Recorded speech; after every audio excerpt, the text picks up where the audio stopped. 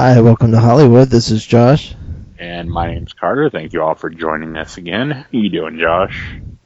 Doing all right.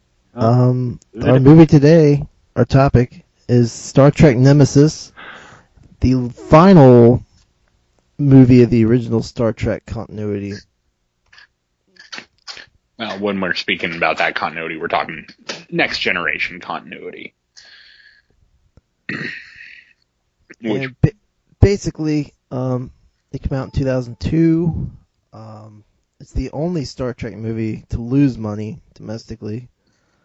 And it was originally supposed to have a follow-up, but it performed so poorly that they would go on to reboot the series with 2009 Star Trek.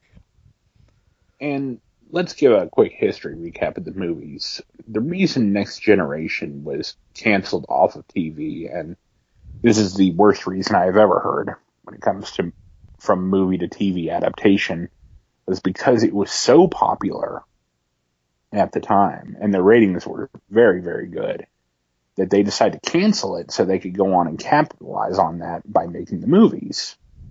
The problem was that when they canceled it and moved on to movies, none of the writers that made Next Generation what it is went with them. And that's thus that's a big problem. That's a huge problem, and you end up with a series of subpar movies with a good budget. Now, the previous movies before Nemesis, we first had Generations, which featured Kirk returning in a very strange storyline. It was a bit convoluted. And after that, we had First Contact. And that's probably the best of the Next Generation films. Maybe. And that's a huge toss-up, because I can name several episodes out of the series that were better than all the movies. Oh, well, yeah, definitely. And after that, we had Insurrection, which, for my money, I thought Insurrection was the worst of them. It may be worse than Nemesis. It's a toss-up. And then we get to Nemesis, which Nemesis feels like they were trying for the Wrath of Khan. Yeah. And very, very disappointing movie. Better. I recently rewatched it before we recorded this, so I could, make a good guess. And it's better than what I remember it, but it's still pretty bad. And looking at it as a whole, it could have been done a lot better. And you're right. Yeah. They were going to follow up with it, because there's no way you kind of leave the series off on that note without having a follow-up. But it did so poorly that they were just said, screw it, we're not doing it anymore, which is a huge problem. I mean, they didn't trust the fan base. They thought nobody cares about Star Trek anymore, which wasn't the case. Because they still had Voyager, I think, was wrapping up. Oh, and they had Star Trek Enterprise. I do believe Voyager had already wrapped up. Okay, and they were doing Enterprise? I think Enterprise came out after that. Voyager, which I thought was a very underrated series, so there's a cameo. Yeah, Captain Janeway. Captain Janeway, but by this time when she's communicating with Picard, is Admiral Janeway. I guess they promoted her for being lost in space Lost in space in the Delta Quadrant, previously unexplored by any human or anybody in the Federation, for that matter. Yeah. Very big deal for that series, and it allowed for all new characters. New races. New races. Lots of new races, lots of new adventures. Great series. And they were able to actually wrap it up completely, instead of leaving it off on a cliffhanger and then just canceling it. So I'm at least glad they had the foresight to close shop properly. Yeah. But that leads us to Nemesis. And the premise of Nemesis was, we're going to start off with Riker getting married to Diana Troy, which had been on again, off again relationship of theirs throughout the entire series.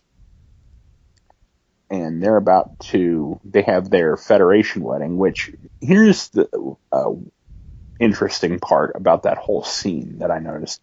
Did you notice who was sitting next to Dr. Crusher? Yeah, Wesley Crusher, her son. Yeah. Yeah, didn't Wesley become a god? Yeah, he went with the Traveler. Was that his name? Yeah. So Wesley is there, and then we don't see him for the rest of the movie. Yeah, he's just like, it's pretty random. He doesn't even have a speaking line. He's there, but the rest of the movie, it's like, where did he go? And not to mention, he became a god in the series, and that's how he left the show. Yeah, and he wasn't in any of the previous movies. No, he wasn't. Either. It made no sense. But with Diana Troy being a Betazoid, they also have to have a ceremony on Betazoid. So the Enterprise crew in their new fancy Enterprise E? Yeah, E. Every time they get one blown up, they're like, "Oh, we've got one already made for you." Yeah, sorry about that. Here's E, and E doesn't even look like the Enterprise to me. It looks more like Voyager than the Enterprise. Yeah, I agree with you. But whatever, new movie, so they want to put out probably a new toy line to go with that, I would imagine.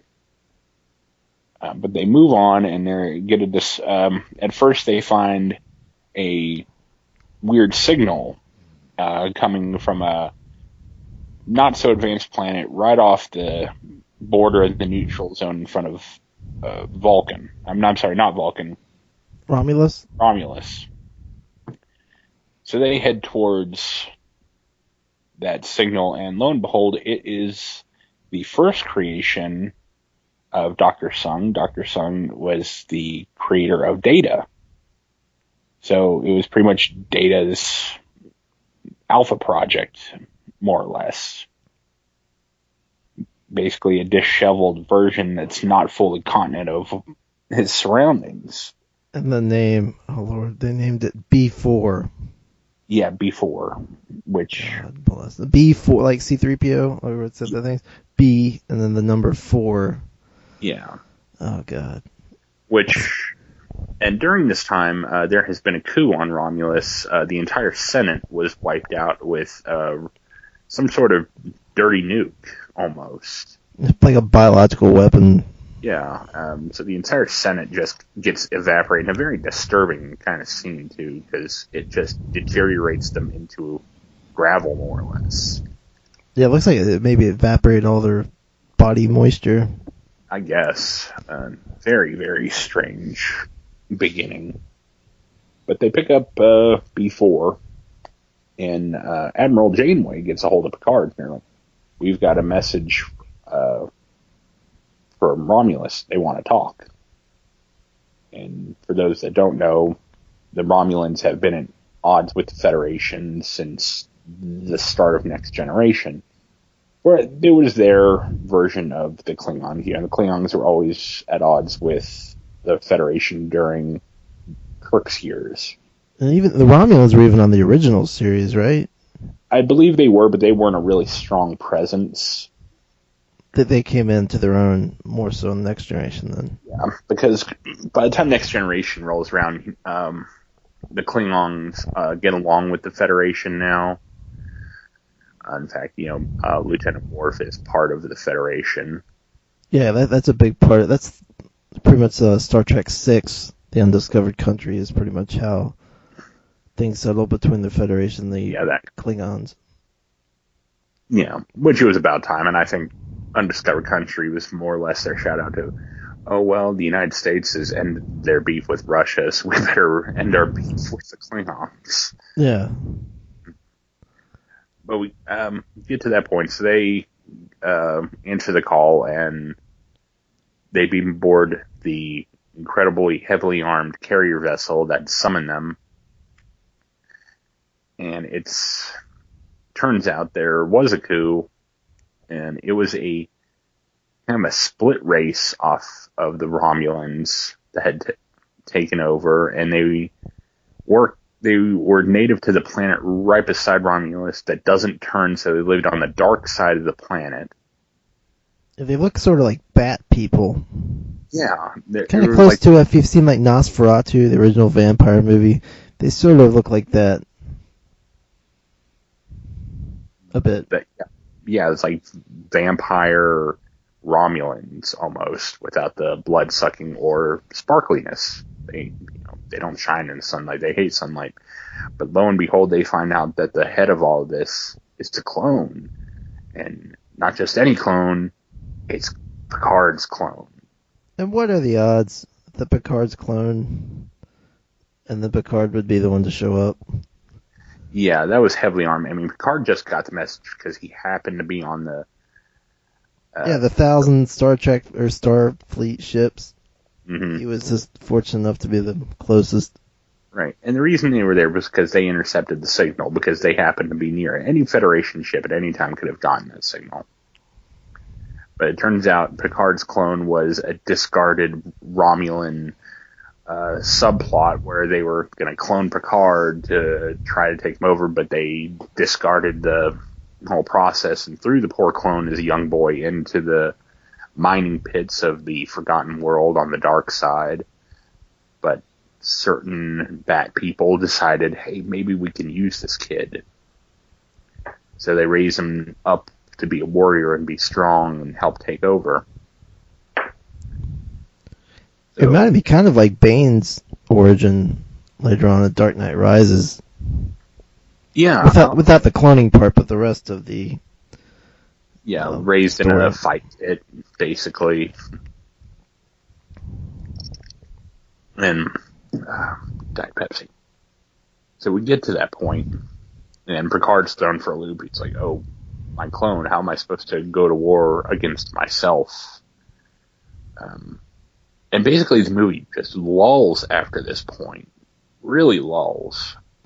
Yeah, there's like a part where apparently the vampire, I think they're Rimlands? What's his name? Anyway, whatever race they are. The vampire. Rimulans.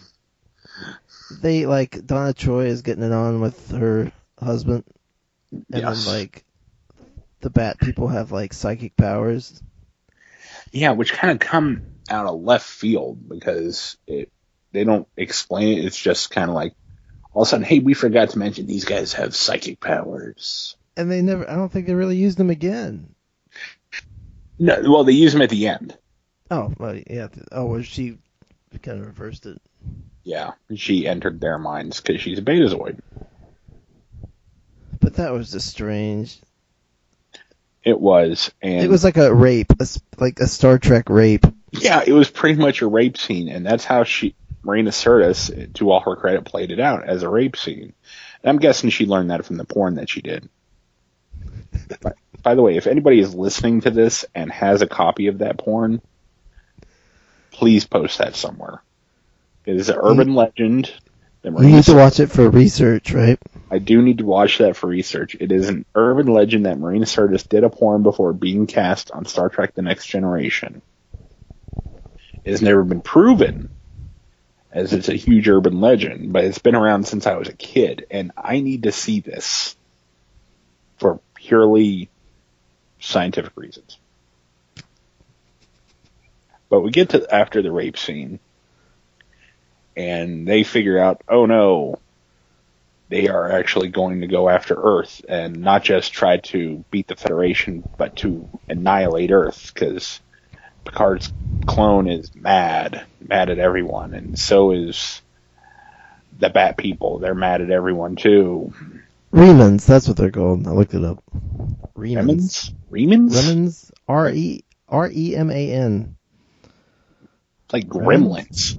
Yeah, it sounds like gremlins, but I guess Remans? Remans? I don't know.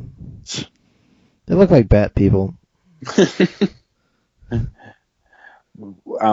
So it's a giant race now to try to beat, Picard 2 at his own game. But lo and behold, the B4 was a plant.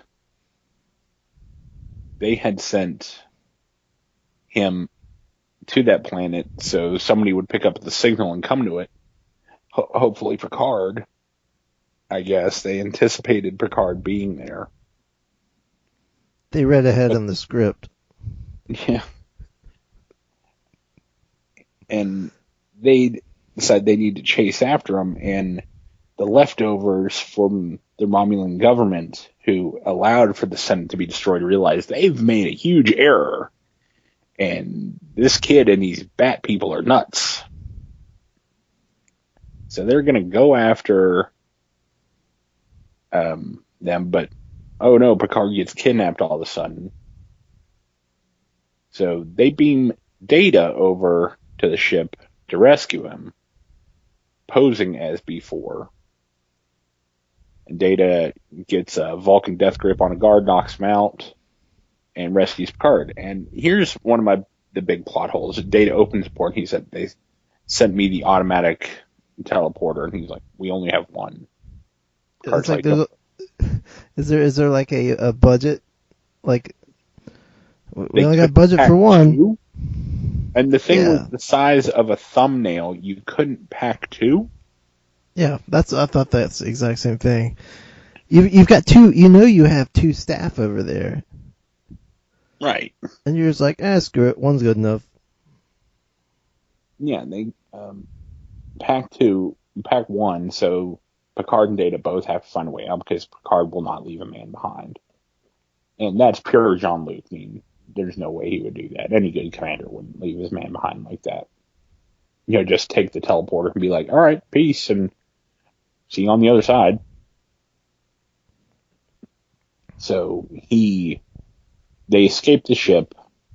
They're able to hijack a vessel, get out the back door, and then have the Enterprise beam them back aboard. So now it's a race to go save this kid because he's carrying a very large dirty nuke and he intends on evaporating Earth. Yeah. So giant space battle ensues along with the help of the Romulans. They're like, we got to stop this guy too. I mean, enough is enough. So at a point, the weapons are gone, and the only way to stop them is to crash the Enterprise into the Romulan ship.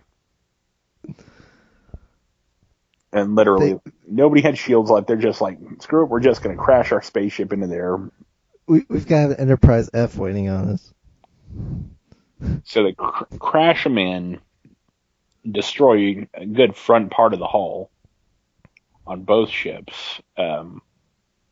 Picard ends up getting trapped back on the Romulan ship trying to stop everything. So he ends up doing battle with his clone, trying to get his clone to realize this is a mistake. And the clone's like, I only have hours to live because my body's degenerating. Because I was an incomplete clone. And they end up finding Data in his sacrificial moment jumps out of the Enterprise because it's Data. He doesn't need oxygen. Yeah. He's a machine. Jumps out of the Enterprise, careens across space, slides into the Bat People ship. Meanwhile, Picard has killed his own clone. He's like, I'm sorry now. And then Lance puts a metal pole right through him. Big metal rod right through his chest. Picard's just sitting there shell shocked, like, I killed myself. And then Data gets on the ship, pulls out the one transporter, hooks it to Picard, and sends him away. And then instead of letting the dirty nuke destroy everything, Data blows up the ship to sacrifice himself. At which point, the Romulans contact the Enterprise and they're like, we're sending medical team. Well, thank you. That's the least you can do for starting this mess. Yeah, pretty much. And we go back and suddenly they're in port in front of Earth being rebuilt. Giant space hub orbiting Earth, trying to fix the ship. And we have Picard talking to B4, trying to explain to him who Data was and everything. Because at one point during the movie, they tried downloading all of Data's memories and thoughts and everything into B4, and it didn't quite work out that way. It was like a partial. Yeah, it was like a partial thing. And that's pretty much the end of the movie. And they just kind of pan out and go to black. So, the synopsis, Data dies, very much in the same way Spock died in Wrath of Khan. Yeah. That needs of the many outweigh the needs of the few. And it was pretty much kind of I could have seen this whole movie being a 2-part episode. Yeah, there was no... I mean, the effects were more expensive, but it could have been done cheaper if that's just, if it was on a TV budget. Well, I do notice... The story could have been held. One big thing I always notice with every movie is that there's a huge swing in the Star Trek uniform from TV to movie. Yeah, it's like something on a movie, we have higher quality uniforms all of a sudden. Well, I've heard the cast had back problems with the original outfits. They had the TV show. I think it's just the way it fit poorly. Oh, really? Yeah, I remember them talking about it in some interviews. But the new ones are sleek. I like them. They're like a gray, and like their turtleneck is their collar.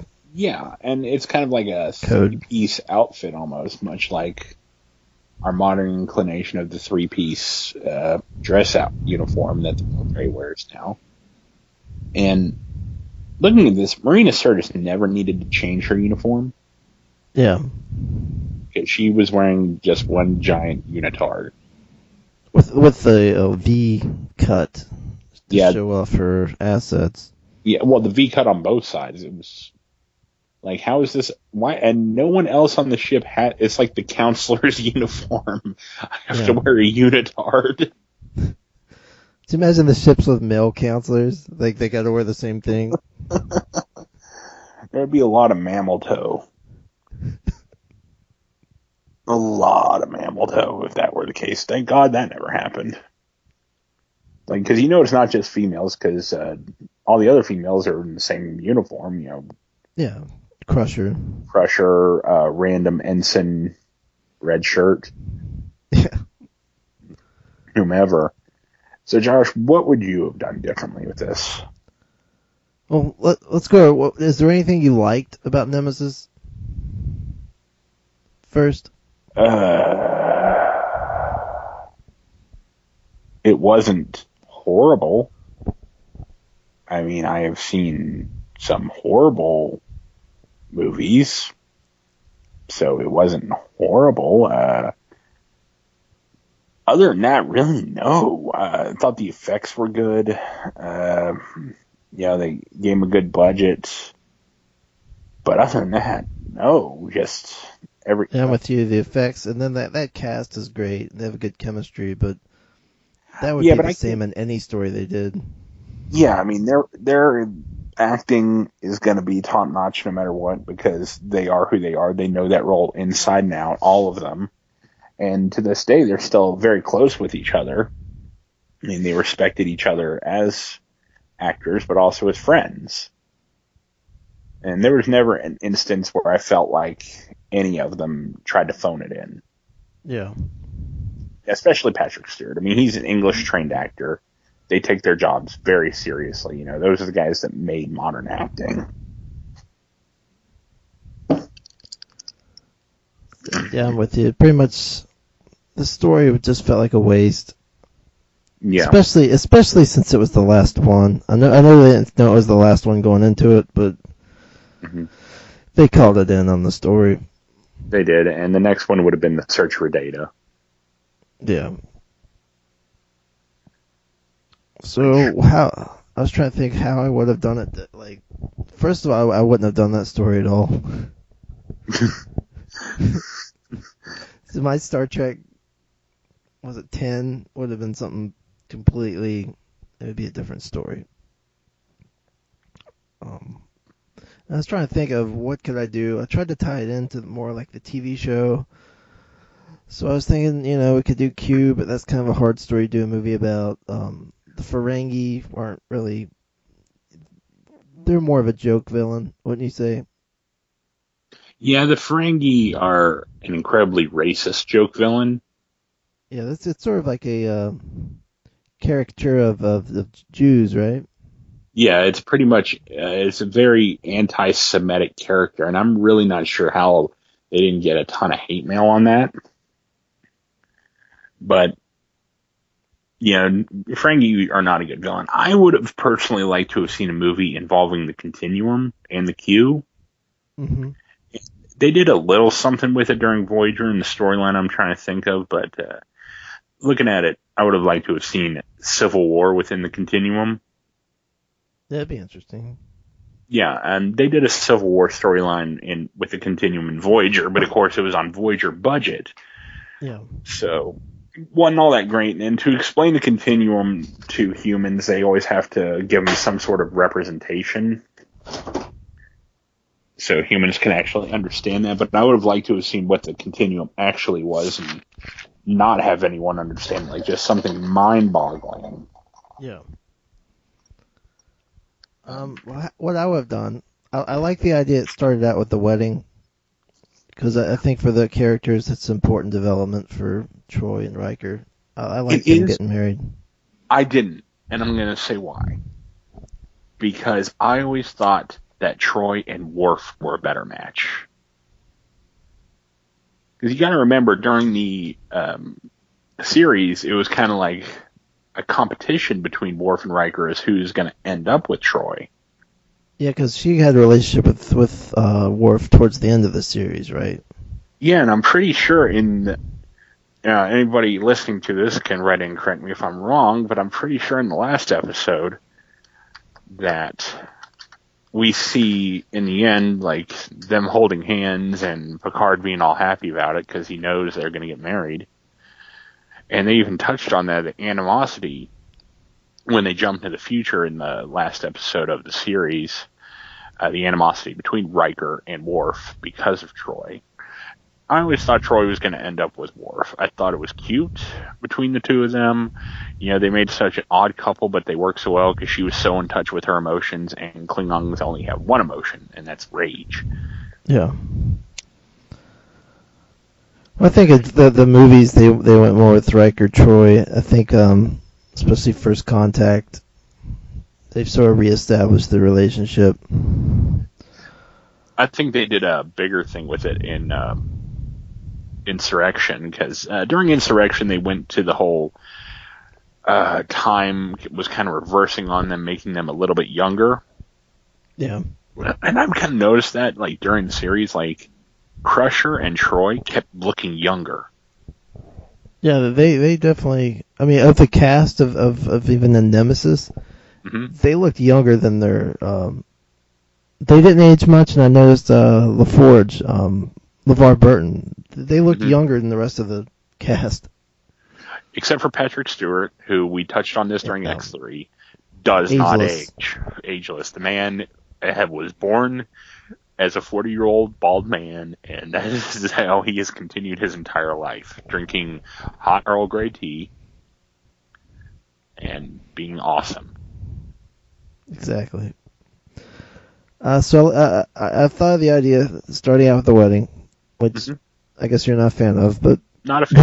That's where they went anyway. And I looked up on the map. I'm thinking, what's near Beta Z?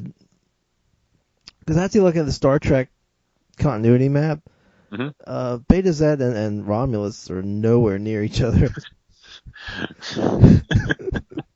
I mean, Romulus is like on the east, like almost on the complete opposite side of the Federation space. Well, to be fair, your average movie-going fan is not going to know that. I don't know, but I'll just for an idea what to do. Nerds like you and I are going to have a problem with that. Other people are going to be like, "Dude, we don't care." Yeah. So, like, what's nearby? And then I noticed that the Cardassian space is right next door. Do you remember the Cardassians? I remember we were trying to keep up with the Cardassians. That's the Kardashians. Oh, see what I did there? Yeah, I know what you did. You see what I did there? Yeah. Kim, hey, that'd be a good funny Kim Kardashian. Oh, God, no. We're not putting the Kardashians in the Cardassian makeup. So anyway, I guess That's my dog Bowser. Hi, Bowser. He's not a fan of the Kardashians. Apparently not. And so apparently at the end of Deep Space Nine, they had the whole Dominion War, and Cardassia Prime, the whole world pretty much got decimated by the Dominion. And so I was thinking an interesting story is a lot of Star Trek goes off real life events. Like we're talking about the undiscovered country. It's sort of the Cold War, the end of the Cold War. So what I thought would be interesting is to redo the story, like the story of like Germany post World War One. Okay. Where I mean they're beating people, the Cardassians. They're pretty aggressive race. And basically the rebuilding of the Cardassian Empire, and they're trying to expand even, to be more aggressive. And basically the story would be to prevent even like World War II from happening, you know what I mean? Yeah, to stop the Cardassians before it got to the point where there was like an intergalactic war. Or we could have done a reflection of modern times and had some sort of Cardassian terrorist attack on Betazoid. Yeah, that'd be interesting too. That could have definitely played in with, Cardassian terrorists trying to take them out. Especially like during the wedding. Oh, like a attack on planet. Yeah, attack on the planet. There's a Federation envoy, being the Enterprise, the Federation's flagship. Yeah. Suddenly there's an attack, and the Cardassians waited for that moment to happen because they knew this would be a symbolic gesture with the Federation being there. That would be a very exciting way to start out, because you start out with the wedding and then with an explosion. Or they attack the wedding. Yeah. We end up with something personal like Diana's mother gets killed. Yeah. I mean, you could have done a lot of different things with them, I think. And you could have even done something again with the Romulans. I always liked the Romulans. And I would have liked to have seen maybe a good finality between them and the Federation, which Nemesis kind of gave us, because at the end they were talking, and this whole incident had opened up peace talks between the Federation and Romulus. Yeah. But the same stroke. The end result, good, but the whole movie just fell flat. And they could have done so much more. So many different characters. Or you could have even introduced... I'm forgetting the name of the race off the top of my head. They're the ones that were able, in Voyager, that in the Delta Quadrant, that were able to take out the Borg with a single swipe. All the ones where they teamed up with the Borg to try to stop them? Yeah. Like, what was that? Race X-28? That sounds right. Yeah. And those guys were nuts. I would have loved to have seen something like that carry over. Yeah. But that's just trying to pull something out of the past, because, they had a lot of good races in Next Generation that they introduced. As far as Cardassians, because they were the most similar to, they're most similar to the Klingons in attitude, I guess you could say. Yeah, or, they're the big bad kind of throughout. Yeah. Besides the Borg. I mean, the Borg's the other big bad, but we've already, by this point, the Borg have been vanquished. After First Contact and after Voyager. Yeah. It really ended with Voyager. Janeway was able to take out the Borg Queen they found the Borg home sphere, which was crazy. It was like a galaxy wrapped up in an entire Death Star. Almost. It was very insane. Yeah. But she was able to do that, and that's how she got home. Mm-hmm. And you could have done so much more, and they shouldn't have given up. I understood that the movie didn't make money, and nobody in Hollywood wants to try to continue not to make money, but they should have really realized we need the original writers back. Yeah. And they tried, right after that, we got left with the TV series Enterprise, being the first incarnation of the Enterprise. Captain, I can't even remember his name, played by Scott Bakula. That was horrible. That whole series was bad. Yeah. I mean, I didn't care for Deep Space Nine, but it wasn't bad. No, it was just a little slow. A little slow, very stagnant, but not bad. No, Enterprise was a bad series.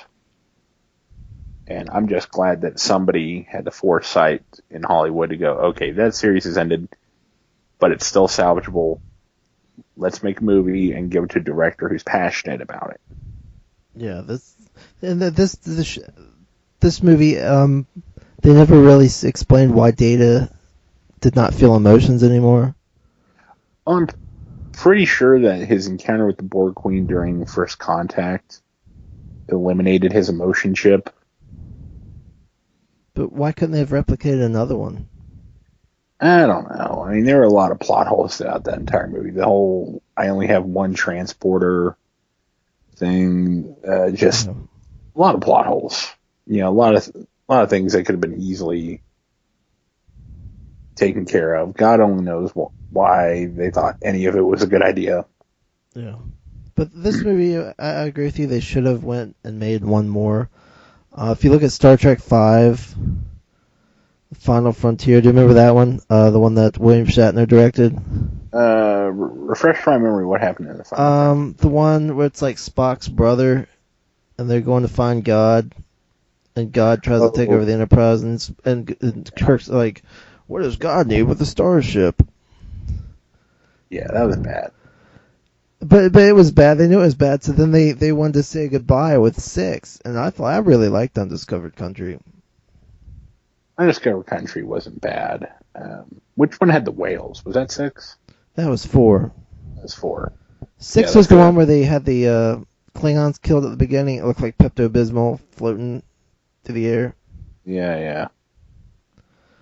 But it was a good goodbye movie. You know, it was a good goodbye movie, and that cast deserved a goodbye movie. And the same thing with the Next Generation cast; they deserved a goodbye movie. This should not have been it. No. And they've pretty much all of them have gone on record saying they wouldn't do another Enterprise movie. Especially Brett Spiner said he would not play Data again because he has gotten older. Mm-hmm. And androids don't age. But to that record, I think Data is the kind of android that would purposely age himself to match his friends to try to experience the aging process. Or with the B4, why didn't they go with a younger model? Like, not... I know Data looks like Dr. Sung, right? Yeah, Data looks like Dr. Song, and so does Lore. Yeah, so why didn't they either A, make him like almost skinless like a Terminator type, because it's a prototype anyway. Yeah, but I think he able to nail synthetic skin and hair. That wasn't the problem. The problem was the actual components. Yeah, so he would be the skeleton of Data. You know what I'm saying? Yeah, but of course, Laura. So in the final film, you could even use Data's voice, Brent Spiner, but with the special effects Data. So you wouldn't even have to worry about aging anymore. Not true. I'm saying if you were going to destroy Data anyway, why would you replace him with somebody that looks exactly the same? That does not make any sense to me.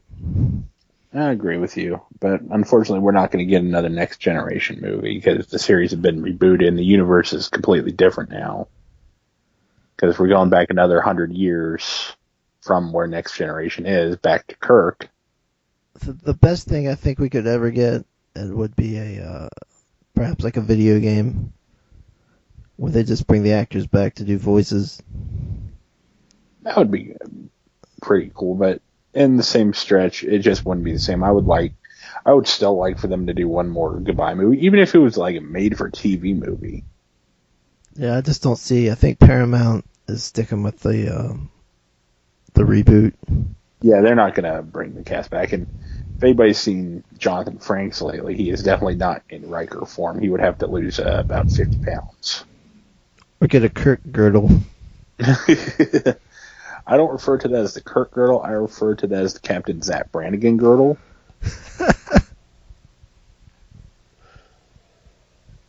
That was I loved Futurama.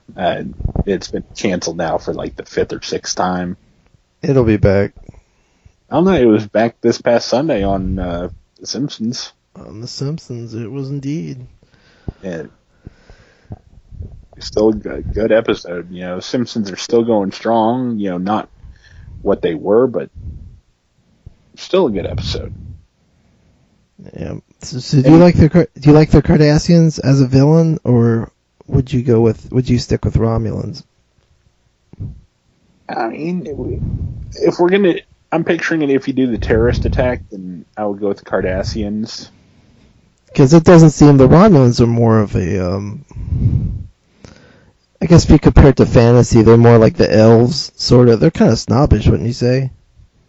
Well, they're not only snobbish, they're very proud, and they hate Vulcans. Like, their biggest problem has been with the Vulcans, because they're a splinter race of the Vulcans. They're people that left Vulcan, were like, this whole purpose of getting rid of our emotions is not right. We cannot live like this. And they pretty much said, do it or get out. And they got out and formed Romulus.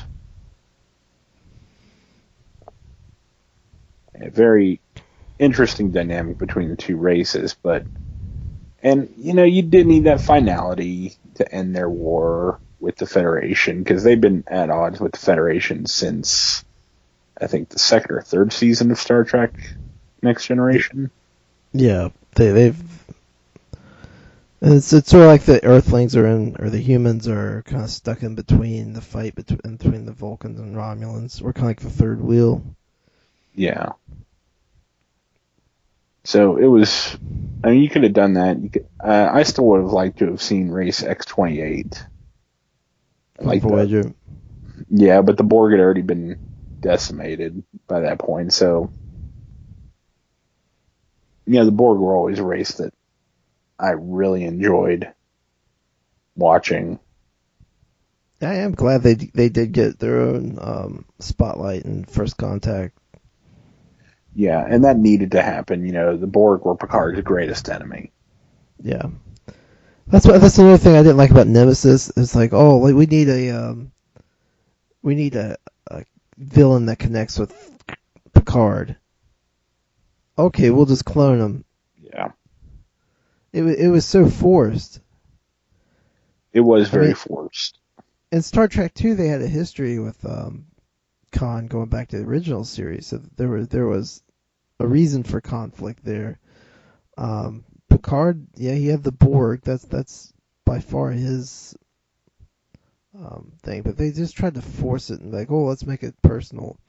I don't think in Star Trek movies you really need that, because space is so huge that the odds that you would have a personal conflict with a leader of another organization is just so unlikely.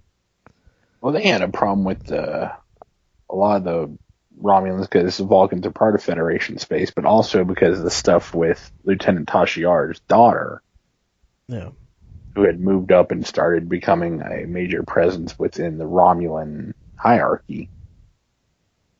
And she had it out for the Federation because her mother abandoned her, and she hated humans, and a lot of stuff with her, which was cool, but I think she was already killed in action by the time. Yeah. Like 4th season, I do believe. So that had nothing to do with Nemesis. Instead, we get Picard's weird, thin, balding clone and bat people. Yeah. Like Man-Bat. And did you know who the clone was? Tom Hardy. I talked earlier about the Bane story being similar. So that's two characters that pretty much have the same. That was Tom origin. Hardy? Yeah, that's Tom Hardy. Dude. And his viceroy was Ron Perlman. That was Ron Perlman? Yeah, Ron Perlman from Sons of Anarchy and Hellboy. Yeah, I'm a huge Ron Perlman fan. I didn't even recognize him. And I've known Ron Perlman in some makeup. I mean, Hellboy. I'm going to go back to the Beauty and the Beast TV series with Linda Hamilton. Yeah. Which that was. I didn't notice it either until I looked at the cast list. And it's like Ron Perlman. I'm like, well, I'll be damned. I swear, wow, poor Ron Perlman. No, Ron Perlman could have been his own character. I mean, Ron Perlman's a magnetic presence on his own. Yeah. Which I need to get his book. Hi, Bowser. I think our neighbors. Sorry about that. I think our neighbors are coming home. Bowser's always so friendly that he loves to greet people. No, he really hates people. He likes to bite them. Well, it's a Sorry good about thing that, he's everybody. there. But in the end, it could have been so much more. And I think you could have gotten, had this movie done well, you could have gotten 3 or at least 4 one more. At minimum, one more. But I'm talking about you could have gotten 3 or 4 more movies. Yeah, wait just a second. Sorry, everybody. Yeah, well, the problem is Brent Spiner's age. If you find a workaround with that, they could have done a lot more. I'm just saying Brent Spiner would have... Date is the kind of android who would purposely have aged himself to match his Maybe friend. with like the skin thing that the Borg Queen came up with. Or just he could have mechanically done it in some weird futuristic, I can replace my own skin with other synthetic skin, which is very possible. You just had to peel and stick. True. But remember, the Borg had the technology to give him real skin. Yeah, but in the end, he realized he could not deal with those kind of emotions. It was too much. Well, plus, he would have to turn on his friends to get the skin to begin with. Wasn't that the deal that she was trying to get him to turn on the Starfleet? Yeah, and she was like, I will give you pleasures you have never known if you kill your friends. She gave him that. I think that was the Marina Sirtis porno was Pleasures You've Never Known. I don't think that was the title. Could have been, though. Oh. Could have been. I'm pretty sure she was wearing the same outfit. Had the leotard? Yeah. It just had cutouts in certain places. And this has gone from PG to a very borderline show. Hey, we still keep the language is still clean. Oh no, is mammal toe a clean word? I'd think it is. Well, we'll go ahead and vote on that. Mammal toe is a very PG word. Hashtag mammal toe yes, if it's appropriate.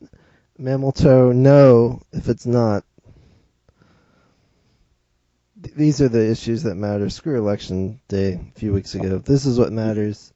This is what matters. Is mammal toe an appropriate word?